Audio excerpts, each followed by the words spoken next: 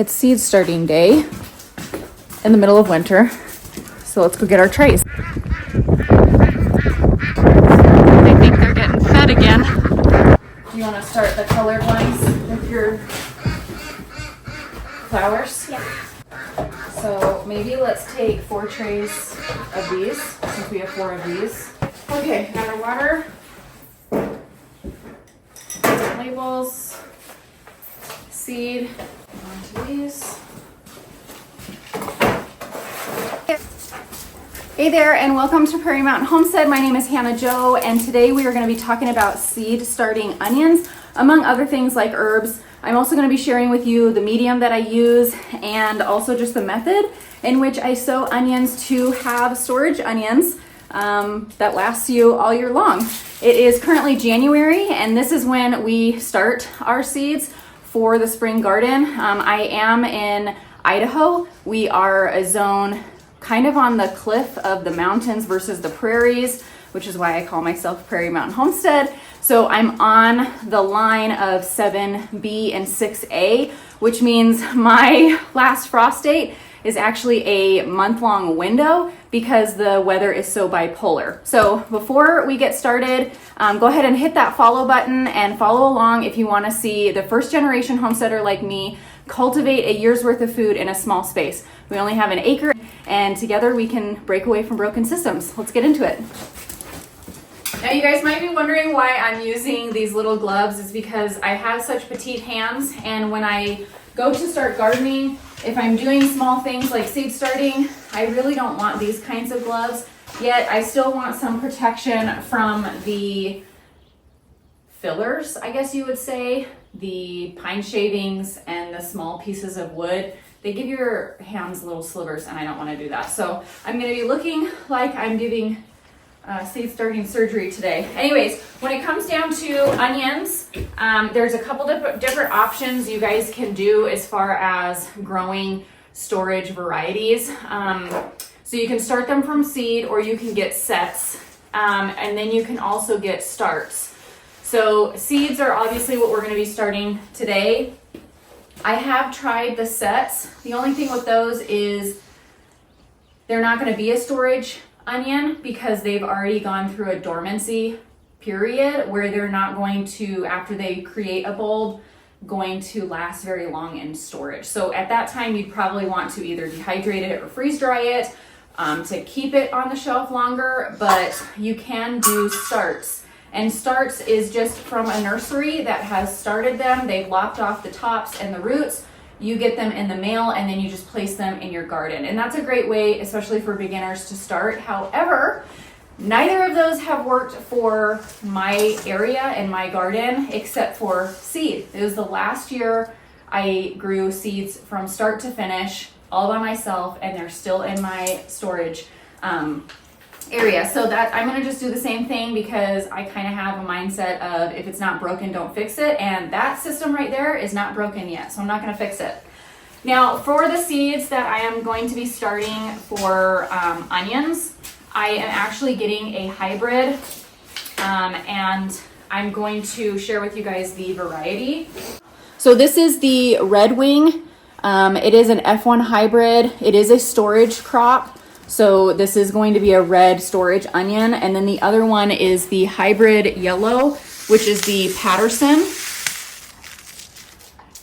It is an F1 hybrid as well. Things like this with onions, I technically just want to be able to be successful and sufficient in my garden and learn the skill first before I go into seed saving, because I think everyone with the dream of self-sufficiency can get really caught up in doing like all the things. And because they have their hands in so many different like funnels, that they're really not productive in a couple and really learn a skill. And so that's kind of what I'm doing. You can totally do something different. Before we get started, here is the blue Ribbon G&B Organics. This is the soil that I use for seed starting. It is not technically for seed starting, but what I do is I place it in a wheelbarrow or a huge bucket, water it down, and then add it into my cell trays.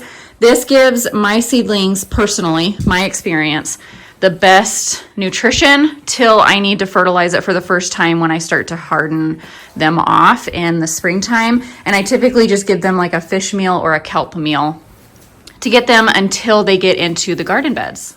My tray into the wheelbarrow and then distributing the soil evenly as best I can. I'll also be taking another cell tray, a 6-cell, and placing it on top, creating a indentation or a groove, making it perfectly easy for me to place all the little onion seeds. Okay, so with my onion seeds, there are so many different ways people go about sowing them.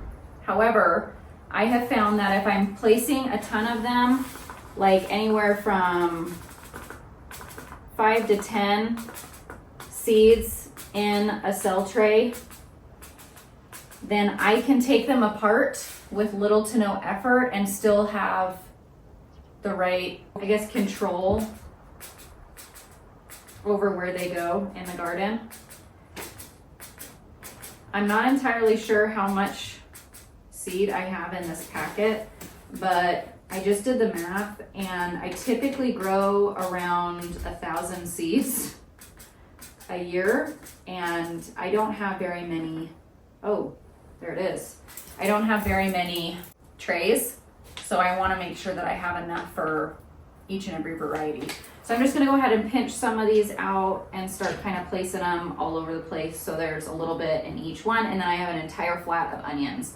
When it comes to onions and seed cells, it's kind of nicer to have all one variety inside a specific tray, because then as like your crops will grow, they're all gonna be different heights and stuff. And so some might need to be next to the light, some might need to be warmed, some might need no light, and it's kind of hard when you're doing tons of different varieties in each cell tray.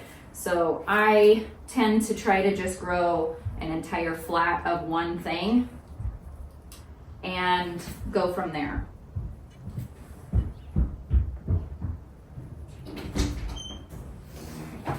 Okay, so I think I got all the onions planted, which means we can move on to herbs.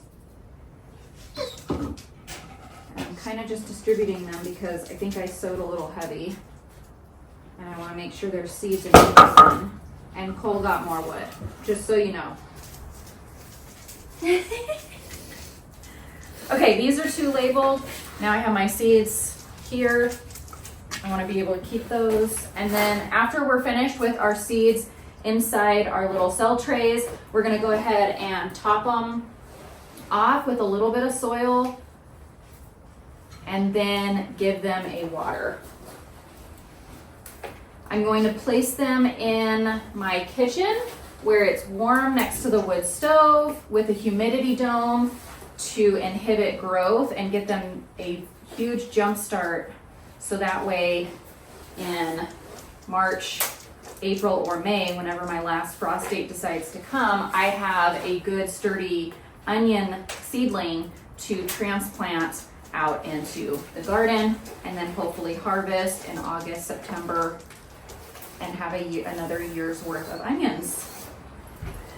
And then I'm sure at some point I'll get to the confidence. I'll get confident enough to start my own seeds. So, all right, we're gonna go set these outside and get them a water, and then come back in and do some herbs. Another thing I do when I'm seed starting is I always place my tags or my labels on the top left corner, so that way with every tray, if I end up getting one of these, I know that from here to here is a red wing onion, and from here to here is the yellow onion.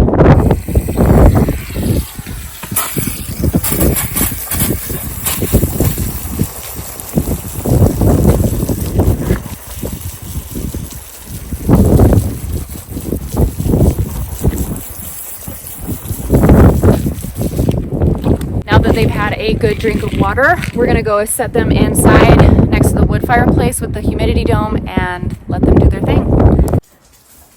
Leeks.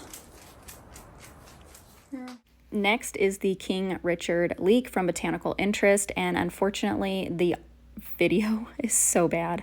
The quality is really bad. I did not focus at all, and I apologize about that. But the same principle applies. I'm adding in and distributing the soil as evenly as possible, and then using the exact same cell tray to press it down. So I'm making an indentation or a groove prior to placing my tiny little seed into each individual cell.